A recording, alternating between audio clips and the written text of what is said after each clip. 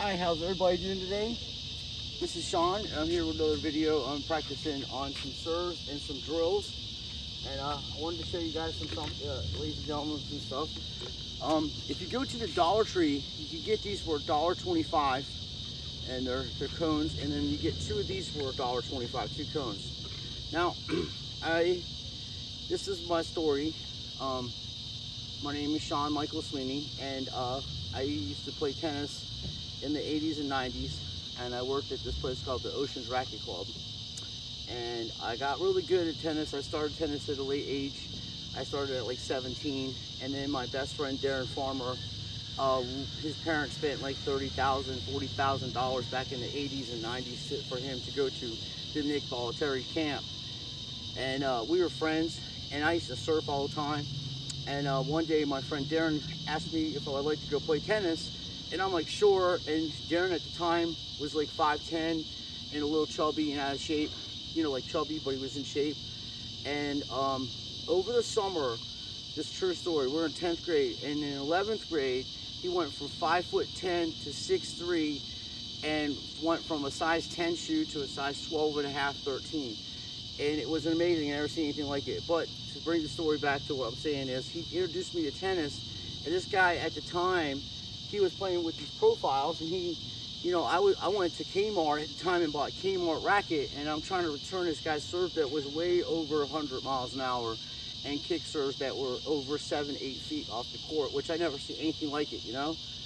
So I started playing and practicing with him because I'm a good athlete, and I trained. And when I started training, I came across cones and stuff, and I was working with this guy named Bill Farmer. He was the #1 player in the country in the 70, you know, for the 70 age group.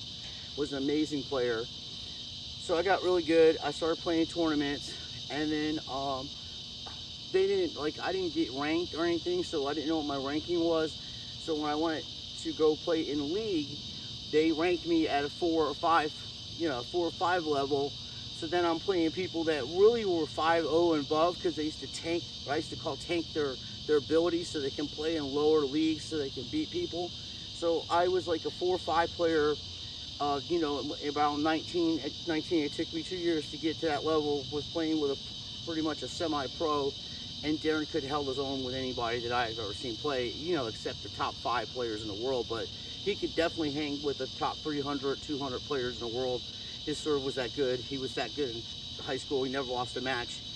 And one day, my first tournament at Pelican Bay, I was staying the night at Darren's house. He's my friend, you know, we were going out. It was Friday night, and then Saturday morning was a tournament. It was my first tournament, and guess who I pulled? I have to play my best friend in the first round. He's the first seed, and I have to play this guy. And I had Kmart rackets, and he crushed me. He beat me 6-2, 6-2. But I was the only person in that tournament that could handle a serve from playing against him and stuff. And then later on, you know, he's like, dude, you gotta get proper tennis rackets. So he gave me one of these rackets. You know, he is very wealthy. His parents were wealthy, and I didn't. You know, I wasn't poor, but I lived in Wilbur by the Sea in a pretty, you know, decent house right by the beach in the ocean. So I spent a lot of time fishing and surfing, and not too much time tennis. So as I said, I got good. And then that same tournament, him and I were playing doubles, so we ended up winning in Pelican Bay the doubles, and it was such a great feeling. I got to meet all kinds of different people, and I just fell in love with tennis that day. I've never been a person who throws my racket. I've been a person who question calls. I'm very chill and laid back, so this is perfect for me. And you see me yesterday with my family, Ashley and Joshua. We come out here. Josh just started playing tennis like 4 or 5 days ago, and he's 15, and he loves it. And Ashley's been playing for about 3 weeks, and she's doing great. And I haven't played tennis in 25 years, and I've been playing for about a month. And I've been getting instructions from this fella named Nikolai. He does intuitive tennis, and I've been watching his videos and about everything, rackets, everything you can imagine. And this guy is like you know, a really good player, and really super nice, and he's really good at teaching. So I started watching his videos. So far, I started this campaign at 225 pounds. I'm down to 210, and it's because of these drills. You see these cones here, is the ones in the middle in the court here are for me to practice hitting short shots. The balls that come in short and practice hitting them, and then I throw the ball in front of me and run and hit it to keep it in bounds. So the main purpose is to keep it in bounds, you know, like to keep the ball in play. And then as you get better and better, you develop different shots. But these cones work out well because when I was growing up, we used to do this thing called running the line, where you start from the net, run all the way backwards, slide over, run all the way forward, slide over to the service line, run down the service line, run back, run over here, and then run forward, then run backwards, then slide over again, and then run back over, and then run over, and just do that all the time, and that develops your feet work, and it's tiring. So I simplified it because I'm 51 years old. I have 2 hip replacements and I have a plate in my shoulder. So to get back to what I was saying, I walked away from tennis because I had a hip replacement, and the year prior for me, before I had to have my hip replaced, I won the Oceans Racket Club Opens singles title, and then I was playing doubles and won that too, so it was great. So I want to go defend my title, you know, just to play the tournament again, to light up the shores. It was 1998, right after my surgery. I had like 5 months to get back into it. So I worked my ass off. I played really hard, but I couldn't move, and that's the problem I have now. But now I'm much, you know, I had to have a lot more training because of these videos, and I know how to do different things to just get myself to get, you know, get faster. And it's just weight, and your feet have to keep moving when you're playing tennis, and sometimes you lose, you know, your energy, and you just stand flat-footed, which I call flat-footed, and you're not moving to the ball, and you're not hitting it, you're just arming it, and that's the problem. So what my goal was when I started, and it still is to get into a place where I can go play a tournament, and I wanted to show other disabled people that they can get out here and do this stuff. I know it's hard, it's painful, and especially these courts. These hard courts are horrible. If you can play on the hard true, you can go ahead and do it. Just be careful of the lines, because if the people don't take care of the clay courts, it can be dangerous. It can be very dangerous to play on a clay courts that aren't taken care of. So I ended up playing in a tournament. The first round, I lost. I played my ass off. The guy beat me the first set 6-1. I came back and beat him 6-0 in the second, and I lost 7-5 in the third because I couldn't move. The dude figured it out. He's like, this guy can't move, but because of my, like, one of my strengths when I played was my return serve, and then I was known to have a good second serve, like a kick serve. I have a good kick serve, and I do a lot of slight serves on my second serve, out wide to people's backhands and stuff. And the way that I started playing was I would just shorten the points, because I hit with a, you know, semi-western grip, but I used to hit really, really flat. Strokes are real flat, like Jimmy Connors, you know, that kind of stuff. Pat McEnroe, that kind of stuff. And then Agassi came along, and I started hitting with a little bit more topspin, and like Krickstein hits with a western grip. So these were like my favorite players at the time. And Berger, Jay Berger was badass. I liked him. I loved the way he played backhand style. And so I shortened the points, and then, you know, you're making errors, and then all you got to do for a person who cannot run is hit drop shots on clay court, and then when they go to get it, you can just lob it over their head, you know. So it broke me down to the point where I literally just took my, I was, you know, left the tournament because I wasn't playing singles that day, nor was I playing doubles. I was just trying to go for singles because I couldn't find a doubles partner. So I went in singles. And on the way home, just all this emotion took over, and I had to pull my car over, and I just started crying because I realized I would never be able to play in my mind. I would never be able to play at a high level of tennis again, and that everything that I worked for over the last 10 years of me playing was just washed away in my mind, because I'm a young fella. I was like 28 at the time, 29. So it took a lot out of me. And then a few months ago, one of the people on my channel was talking about them, you know, having surgeries, and there's a couple people, they emailed me, and they were really down and depressed. So I told them I'll start playing tennis, and if they want to follow me, we can do this together, and then they can get out and do some exercise and try to get their life back together.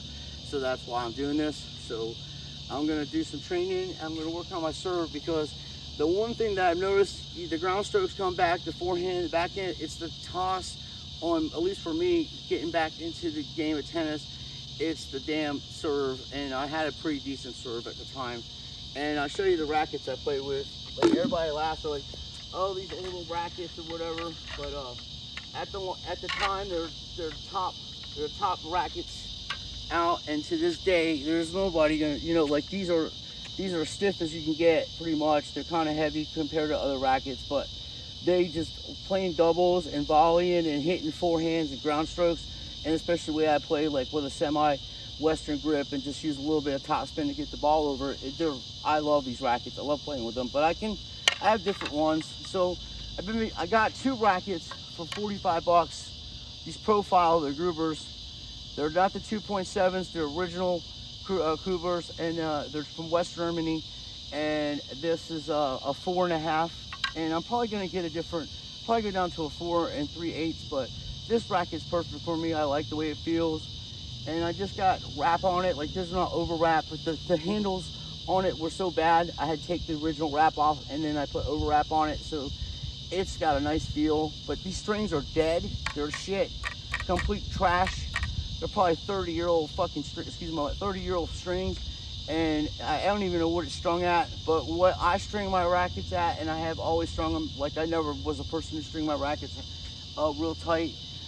I string my rackets at 48 to 50 pounds, and then some of them even low, like that's why I got 3 rackets. If you're gonna play tennis and you're gonna play like every week or something like that, at least get 2 of the same rackets, and if you can, 3 of the same rackets, because when you break strings, or you just want to get different tensions, like I would string this racket at 48, and then I would string this one at like maybe 50, and that's really too much. I don't even like it that high. And then the other racket, maybe even 42, you know, real low, and just play with them that way, because you don't need to swing real hard, nor do you have to swing with an excessive amount of force to get the ball to come off these rackets. They're just, that's the way it is. And if somebody's hitting huge serves, you can eat them up. And that's why I said I used to destroy people's serves on return serves with this racket. I wouldn't even have to step into the ball that much. I would just redirect it and just point it down the line. And I was real good at hitting cross court backhands and down the line. So, I mean, it's taken years to practice to get that good. It isn't just like something you come out and do. It takes years, okay, months. And tennis, you know, you see progress gradually. It's not like all of a sudden. There will be days where you're just teeing off, which I call teeing off, and you can't miss a shot.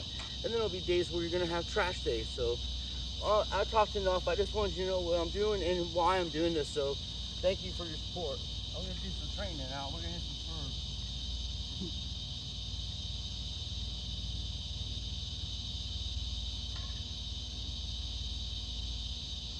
What I was saying about hitting short balls too, like practicing them.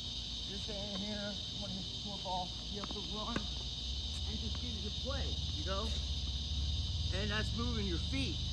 And the more you move your feet, and the better shape you get into, the more then you'll be able to create shots. Like you'll run, while coming in behind it, you know? And practicing shots in these boxes. That's why I got these cones, you know, and try to get it right by the cones. But I really need to work on my serve, and then I'm going to show you some drills. And at the end of the day, you get to laugh at a 51-year-old fat guy out of shape trying to get back in shape. So it's going to be Comedy Central. As I said, I put these on the corner for when I'm running the lines, because I ain't gonna do all that. I'm gonna already do other stuff. And then you can put a cone in front to help you really to show you where you gotta go. Like ball coming, running up, around. You know, you have to learn. And I'm really slow right now. You can time me with a sundial. But I got one thing most people don't have, and that's heart. I do not quit, except that one time that I put my tennis rackets up. After that, no more. So, as the fellas were saying on the videos about the grips, I should explain this to Ashley and I explained this to Joshua. The front of this is octagons right here. So when you go from one, which would be, that would be your Eastern grip for your backhand. So for a right-hander, you got 1, 2, and your knuckle, we'll do it this way. Your knuckle, I'm gonna put the racket like that, my bad. So 1, 2, right here, your knuckle would be right on there. See how the knuckle is? And to know if that's right, just make a fist.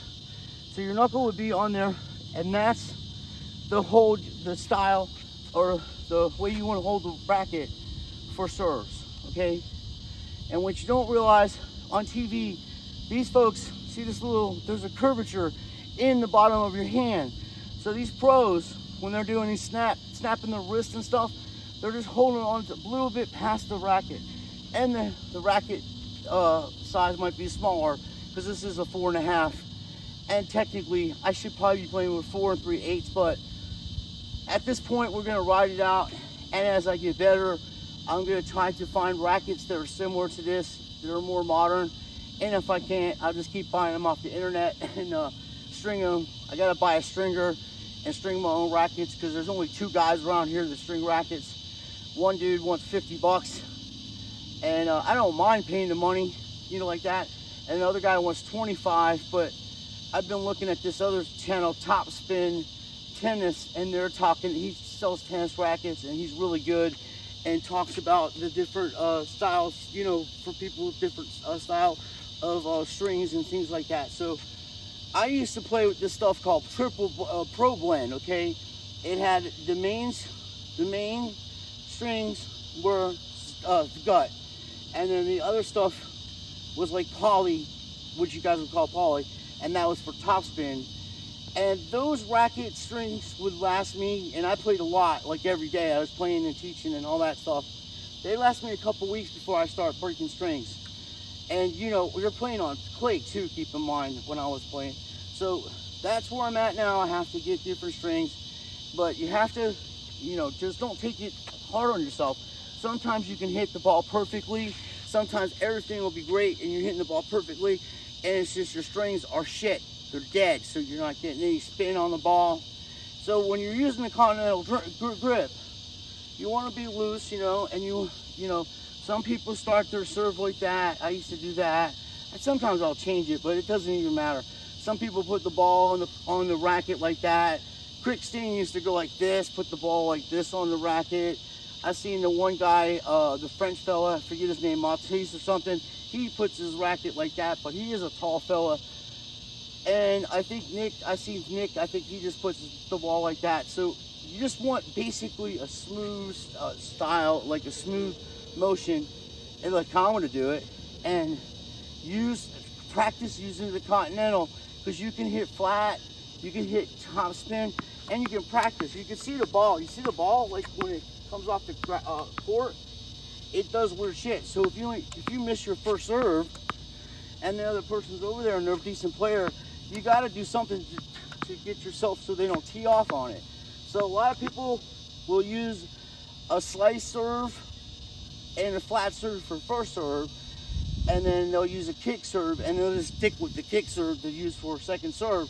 But I mix it up. I use the kick serve, and I use the slice, and I'll use a flat. So I'm working on the top, and I used to stand like this. I used to stand like that. That's how I used to stand. When my legs were healthy and I could bend into it, now I have to totally change everything. And I'm just working on throwing the ball. And right now, I don't even want to come off the ground. That's a bad toss that's behind me. You want the ball to be in front of you. And that's what I'm doing. Hitting it between those cones. That's the flat serve. Same grip. Nothing's changed.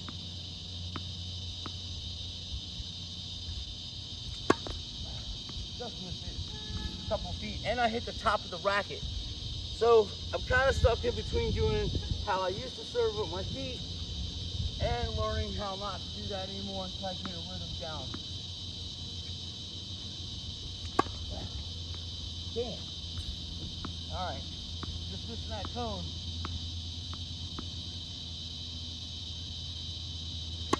Okay, that's one thing. That's better. That's where I wanted to go.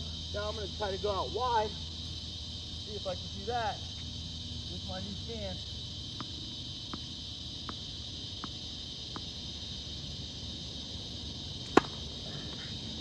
A little better. Not as wide as I want. That's it right there. Got it. I got it. Finally. That's what I want to do. You want to be able to move the ball around and try to hit your target.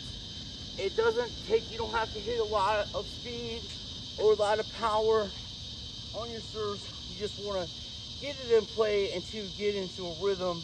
And then once you develop a style that is mechanically sound, you can get a more advanced stance using your legs. Because I'm only 5'7", folks. And, you know, with my legs and hips being replaced, it's damn hard to hit those type of serves with your legs. So I totally had to change the way. See, I was ready to do it again. You know what I mean?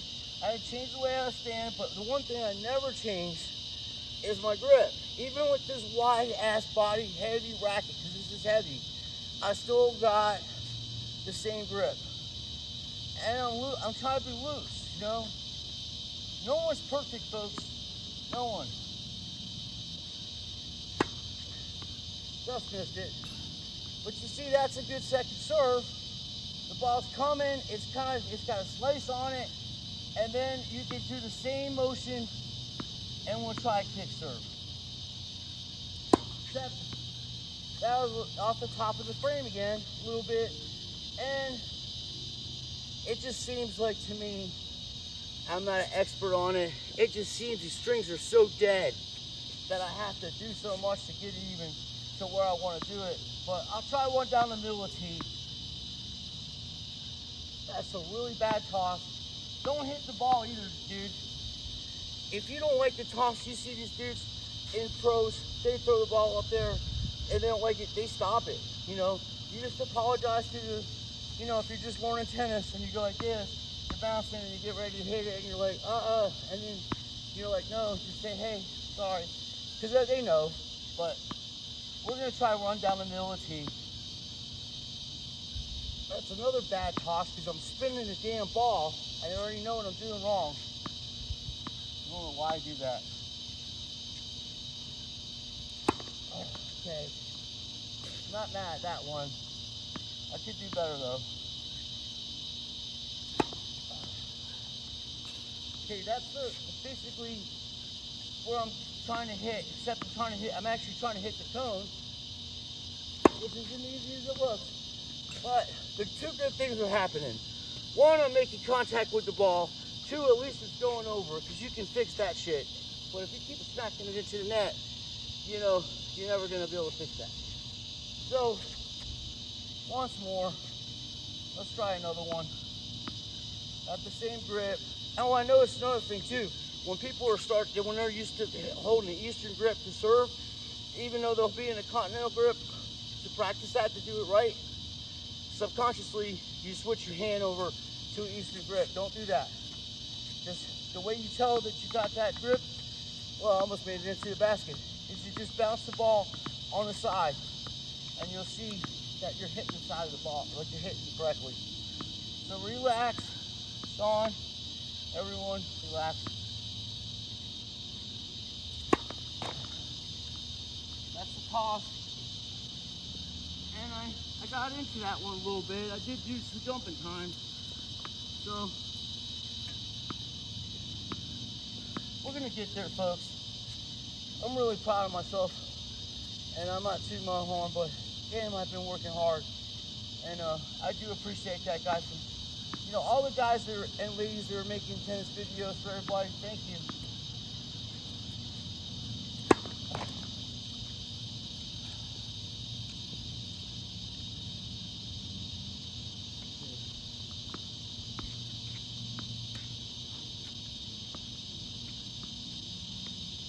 Oh, that's fun. Yeah, drop shots are fun. They've been I see everybody doing them all the time, pros. That was a rare thing back in the day. People didn't even try that trick again.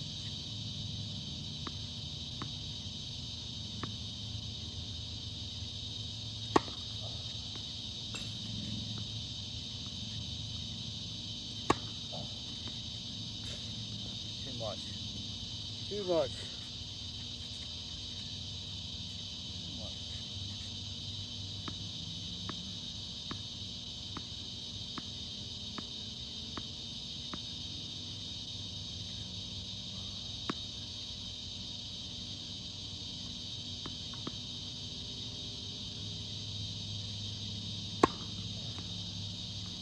Not bad, just swing it over a little bit. Alright, much better. Much better. I'm really better at, I can serve down a tee when I get into a groove, but my serves are strong because I can really go out wide and really short sometimes. So, the serve is something we've been working on too, as you know. And then there's this stuff I've been working on this morning, even trying one-handers, but I was off the frame.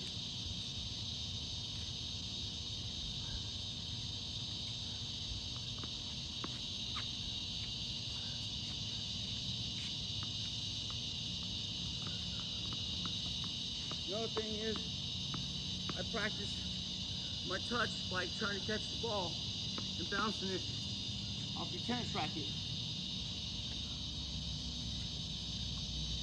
So and catch it. That gives you touch.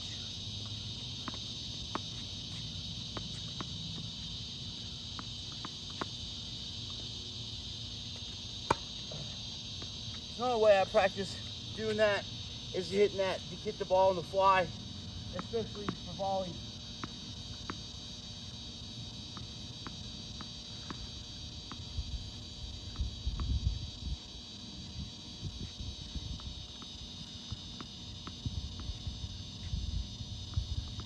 For some reason it wants to come off the end of it. A little spin on it. Believe it or not, you just learn how your eye and hand coordination is really important. And you just want to keep practicing, learn different tricks, and do different games with yourself. You know, throw the ball out there. Right on line.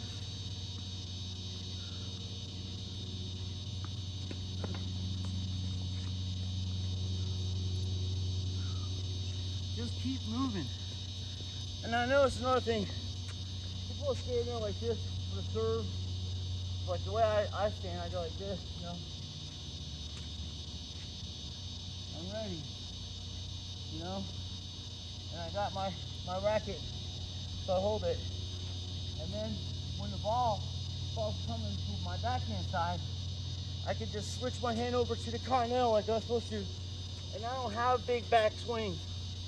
I actually short swing. But your hand, the palm of your hand should face the court. I see a lot of people try to hit backhands like slices, and they're all stiff. You want to be loose. Coming up and loose. Same with your forehand. It's not a big, it's not, like I don't bring my racket back here. I just bring my racket here, and then here goes the sink. See, look. Boom. Right in the middle. And I practice hitting the ball in the middle because when you play in tournaments, people want to try to run people around, and you don't need to do that. Just hit the ball. I'm sorry. Practice hitting the ball in the middle of the court. See how my strokes are flat. And dude, the way these people are playing with all this top spin, once I get my timing left done, I am not going to be out on the court long running around rallying people. I'll flatten my strokes and just, you know, hit deep with just enough loop to get it in play. And then they're going to pull me, they're going to try to pull me, and I'm just going to go. drop shot them. They're gonna try to pull me off the court. And when I do that, I can also hit my backhand.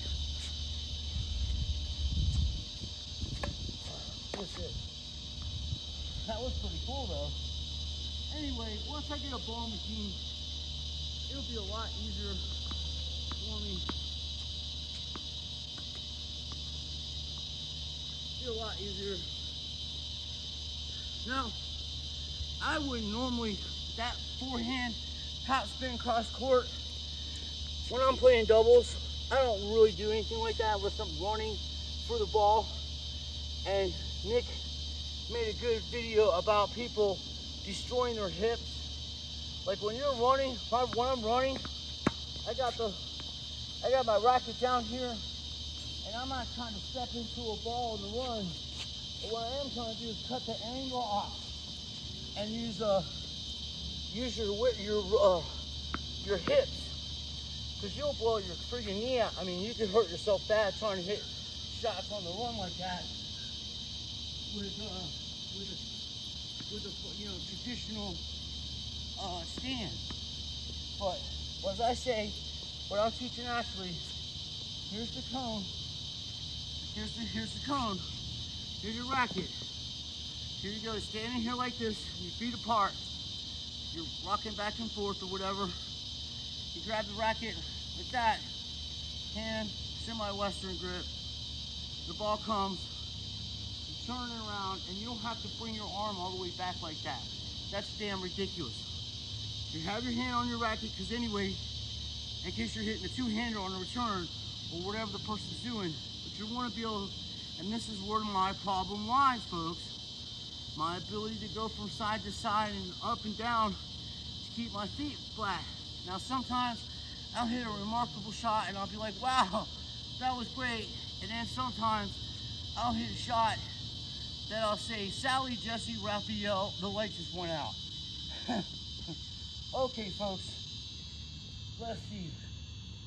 I started getting into a little groove here. Okay, it'll take a minute for them to come on. I've been out here for about an hour and a half, and fear not, my friends, they'll come back on. But I just wanted to show you some of the stuff I'm doing, because I know, it's tough out there. I know how hard it is. I do.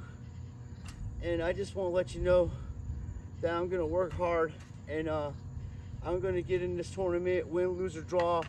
I'm going to put myself in a position where I'm going to show people I can do this, and other people can do it also.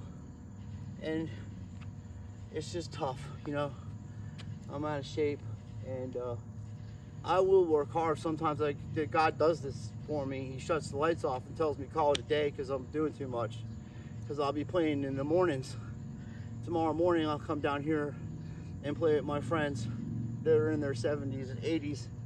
And of course I'm not hitting serves like I'm out here doing this. You could seriously hurt somebody. But I do have fun. I'm doing doubles, and it's fun moving, and they're just wonderful people. And that's one of the things I can't stand about tennis right now, is that there's snobby people that say, well, if I play against this person, that's going to bring my level down, and I don't. Look, if you're playing tennis, you should be able to play anybody. I don't care who they are. You should be able to go out there and enjoy playing against them and learn something from them. Plus, you got mad wisdom coming off these people. Some of them are 89 years old people. You know how smart and full of wisdom and knowledge they are about just tennis and everything else. So I appreciate everybody watching. I think it's done. The timer's off. So it is Sunday. So I'm going to go home, I guess, because they won't let me do business out here. They shut the lights off, so I'm going to pay an electric bill over here. What the hell going on here on Rick Tennis Day? They turned the coach, they turned the lights off. I was doing practice. Coach Scripps out here. Anyway, thank you for watching, and just know that I do care about everybody. I'm not on here to cause anybody any kind of problems or anything. I just want to, do a tennis journey video, because I have another channel where I expose the, a bunch of stuff that's going on. So I leave that be. That's different. But I just want to let everybody know I'm a real person, a living, breathing human being. and I'm trying my best, and I want you to do the same. And the only thing that I say, to people, is treat people with dignity and respect, and love everybody the way you should love yourself. And know one thing: you're made in the image of God and the likeness of God, and God loves you, and so do I. So I appreciate everything. Thank you.